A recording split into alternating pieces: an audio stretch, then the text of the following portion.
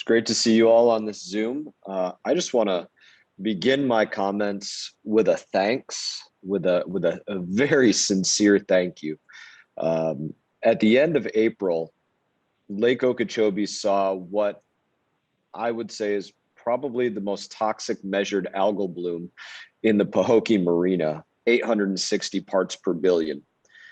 And truly showing that this is a governing board that takes a new approach, a new attitude, certainly as compared to what was witnessed back in 2016 when there were also terrible algal blooms, although not this early. This body, the South Florida Water Management District, you didn't wait, you didn't hesitate, you didn't even at that time know just how toxic that bloom was going to come back as measured. You went out there and you worked to clean up what was going on in that marina. And that level of engagement, that it needs to be commended. It shows a tremendous change in what's going on in water management. And I just couldn't commend you all enough on that work.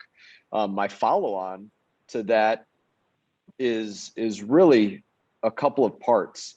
And it's one, what about that should we as the public expect to be a repeatable process of that? Because the South Florida Water Management District is a government agency.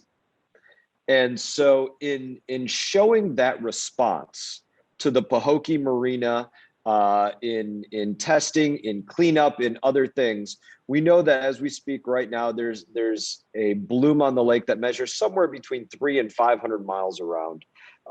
There are blooms in other places. It's extremely early. We can expect to see more of this throughout the year.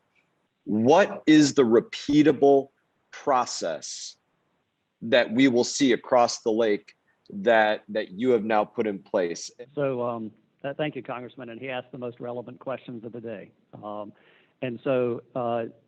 I've been working with DEP. I was at DEP when 2018 hit, and everyone remembers 2016 where there really wasn't a whole lot of organization around these algal blooms. And then in 2018, there was a little more organization. But since Governor DeSantis took office, he is now directing DEP to deal with it, directing water management districts to deal with water quality, and getting funds so we can address these situations. And so the way we are thinking about the process is we have Lake Okeechobee, there are flood control operations associated with Lake Okeechobee, and when you see these algal bloom conditions occur, of course, everyone gets concerned. So job number one, let's do everything we can to prevent discharges from Lake Okeechobee to our estuaries. We're moving as much water south as we can to our STAs. So that's job number one. Job number two is if you should get harmful discharges that freshen our estuaries and provide that habitat for these harmful algal blooms, let's do what we can to prevent the algae from getting there and getting in contact with our communities. And then number three, if it happens to get to those communities and under the discharge scenario, they're fresh estuaries, Cape Coral in 2018, obviously in Stewart in 2016, then we should do what we can, and we will be there, DEP and the Water Management District, to try to make sure that algae conditions do not exist associated with those populated communities because of those lake discharges.